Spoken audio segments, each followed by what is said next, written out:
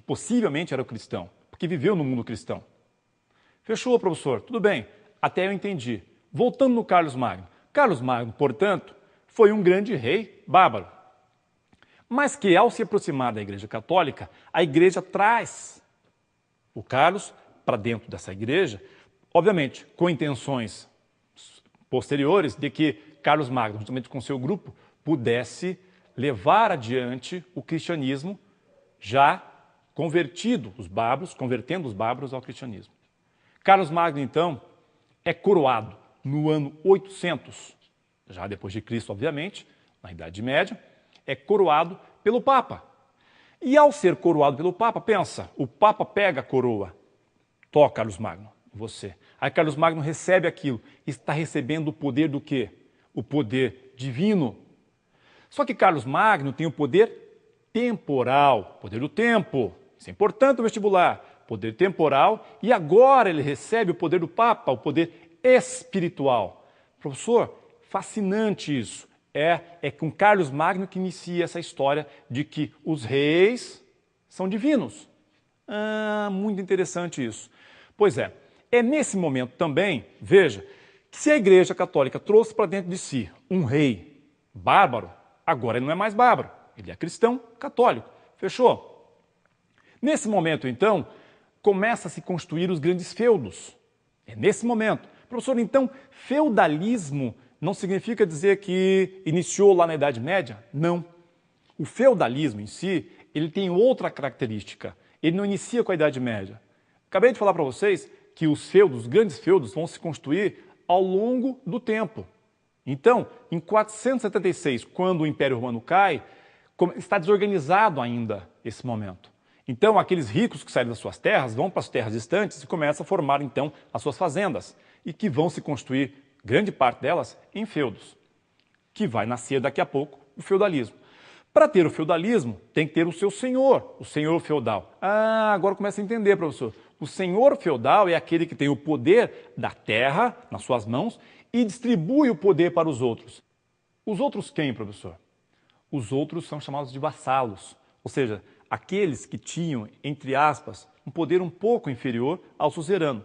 Lembra aquela cena de filme que vocês conhecem, já deve ter visto na televisão ou no cinema, que um senhor pega a sua espada, tira a sua espada, vem um outro, se ajoelha diante dele e ele faz aquela, não é? Aquela imagem que você... Pois é, ali ele está fazendo a transmissão do poder.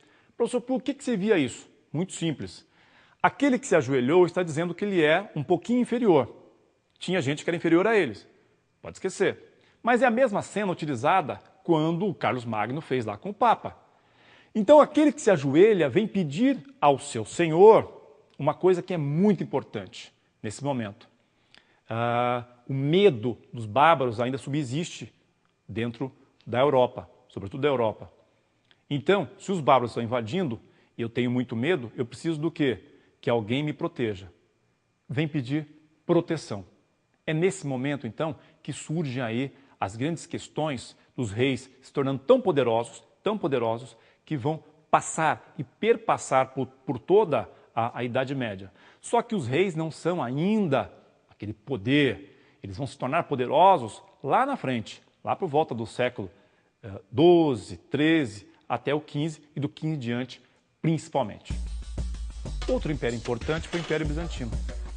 Quando Roma cai em 476, obviamente, Roma caiu e nasce, então, uma outra estrutura romana. Só que, do outro lado, já existia uma outra Roma. Do outro lado onde, professor? No Oriente. A chamada Roma Oriental. Ou Constantinopla. Então, o Império Bizantino nasce aí em Constantinopla.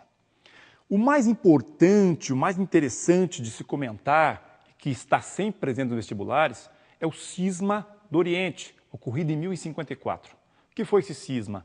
A grande divisão, 1054, já é a Idade Média, só que lá no Oriente. Roma está dividida, existe uma Roma ocidental e uma oriental. Só que existe um Papa só. E esse Papa está em Roma, não está no Oriente.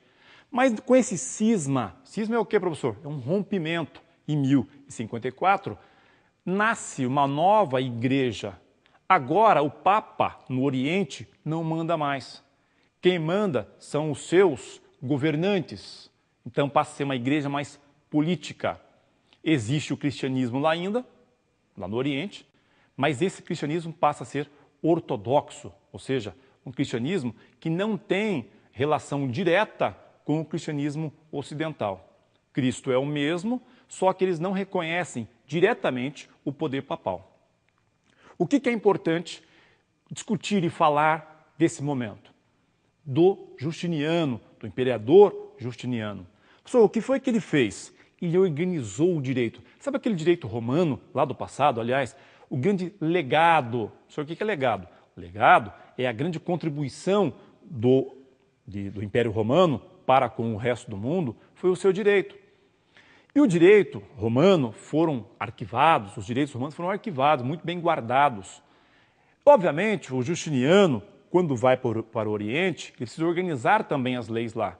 Então ele pede que se faça uma compilação. Por que isso? Ele pede que se faça um agrupamento de várias leis do Oriente e do Ocidente para que organize-se um Estado mais forte. A grande contribuição, portanto, de Justiniano foi a formação do Corpus Juris Civilis, mais conhecido como direito civil, que ainda está muito presente no nosso dia, que foi compilado por Justiniano, dentro do chamado Império Bizantino. Dentro da Idade Média, ainda tem uma formação do que nós chamamos de islamismo. O que foi o islamismo, professor? O islamismo é uma nova religião. Ela é também monoteísta, a exemplo da cristã, a exemplo da anterior ainda ao cristianismo, que vem com o judaísmo, que é a religião judaica.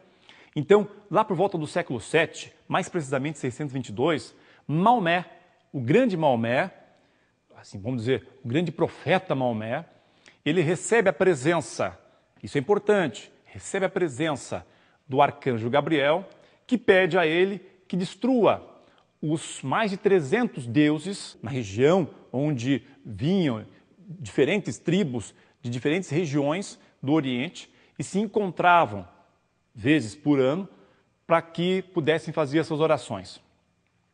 Só que esses deuses não é um deus, ou seja, eram politeístas.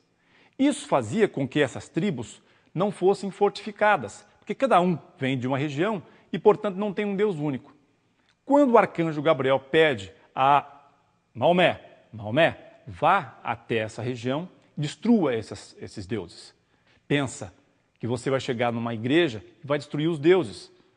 Vai organizar um grande terremoto ao redor de você. Mas Maomé foi muito corajoso, destruiu. Professor, qual a questão aí? A questão é que os povos que acreditavam naqueles deuses destruídos não gostaram. E começa a perseguição a Maomé. Maomé só foi prontificado de quê? Primeiro, destrua todos, mas deixe a grande pedra, ou chamada Pedra Negra. A Pedra Negra possivelmente foi enviada por Deus para anunciar a chegada do arcanjo Gabriel. Portanto, é a grande pedra. Hoje ainda presente dentro da Caaba, naquela parte que nós conhecemos, que lá no Oriente, uma vez por ano, todo árabe tem que se dirigir para lá, todo islâmico tem que ir para essa região para fazer essas orações. Pelo menos uma vez na vida. Essa é a grande questão do islamismo. Em 622, já depois de Cristo, portanto século VII, nós chamamos então de Égira. Ali está nascendo o grande calendário muçulmano, vivido pelos muçulmanos. É um calendário que vem contando a história do islamismo de lá para cá. Existem dois grandes livros dentro desse grupo, desse Islã. O primeiro é conhecido como o Alcorão ou o Corão. E o segundo, conhecido como a Suna. A Suna descende possivelmente das palavras ditas por Maomé. E o Alcorão, das palavras escritas por Maomé. Daí, então, a propagação desse islamismo a partir de Maomé, a partir do profeta Maomé, o crescimento dessa grande religião chamada islamismo. É uma das religiões que mais cresce no mundo.